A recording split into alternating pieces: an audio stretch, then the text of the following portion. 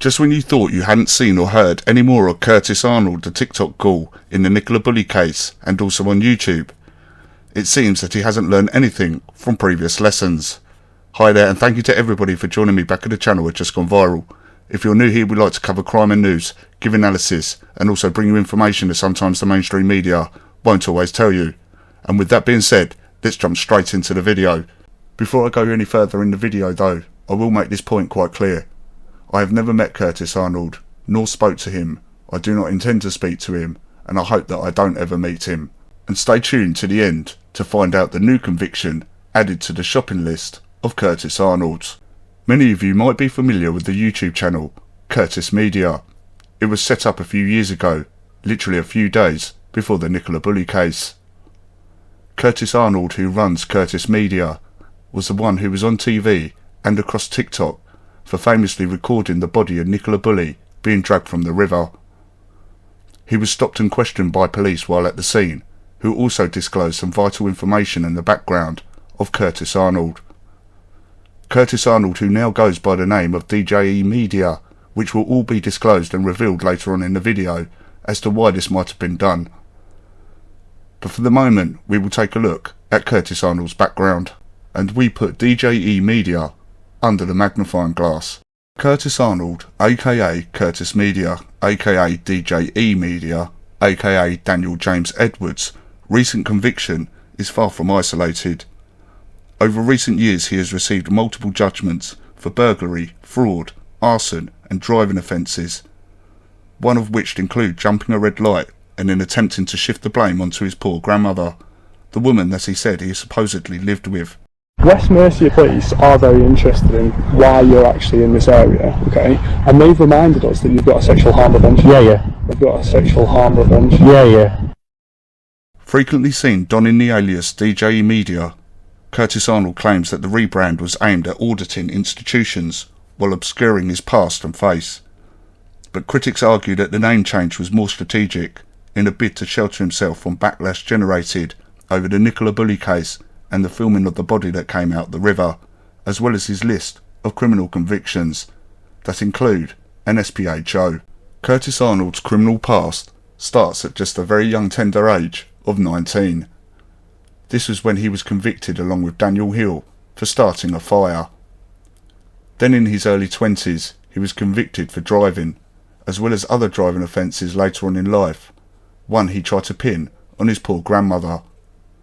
And then there comes the concerns of the Sexual Prevention Harm Order and how it was obtained. This, we can only imagine, was due to the fact that Curtis Arnold tried to trick young women into gym pictures. The transition for Curtis Arnold from barber to TikTok ghoul grabbed the national attention during the Nicola Bulley case in 2023.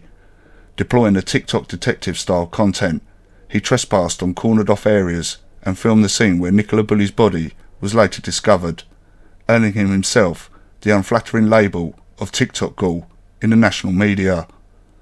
He was arrested on suspicion of malicious communications and perverting the course of justice.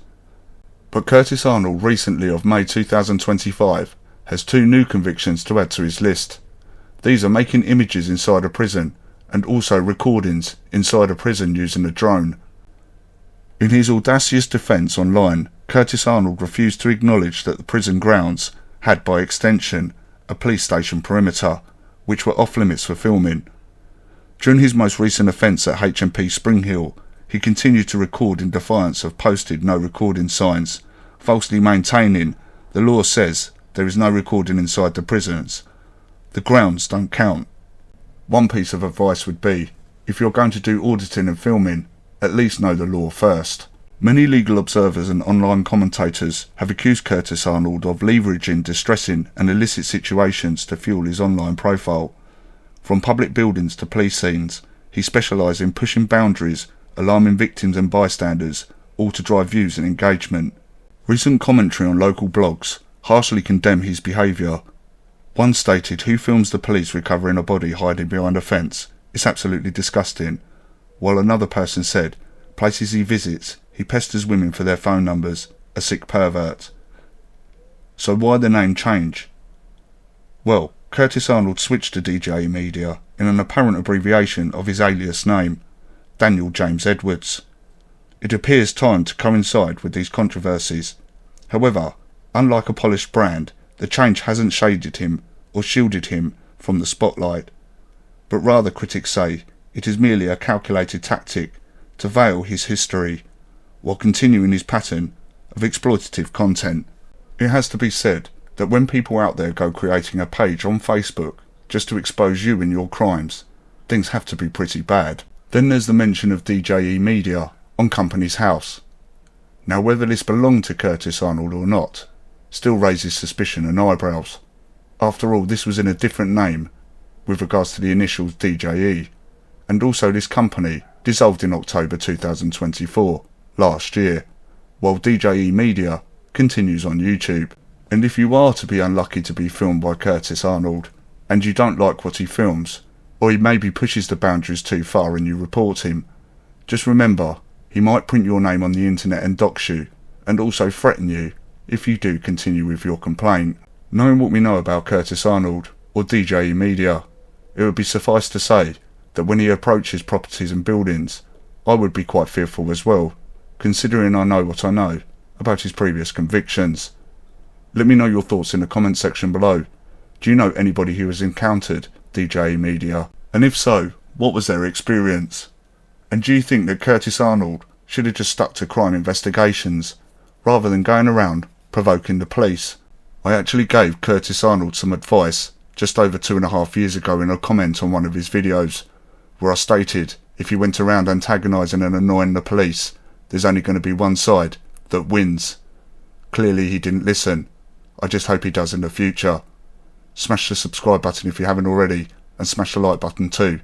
Take care of yourselves and each other, and I'll see you in the next video.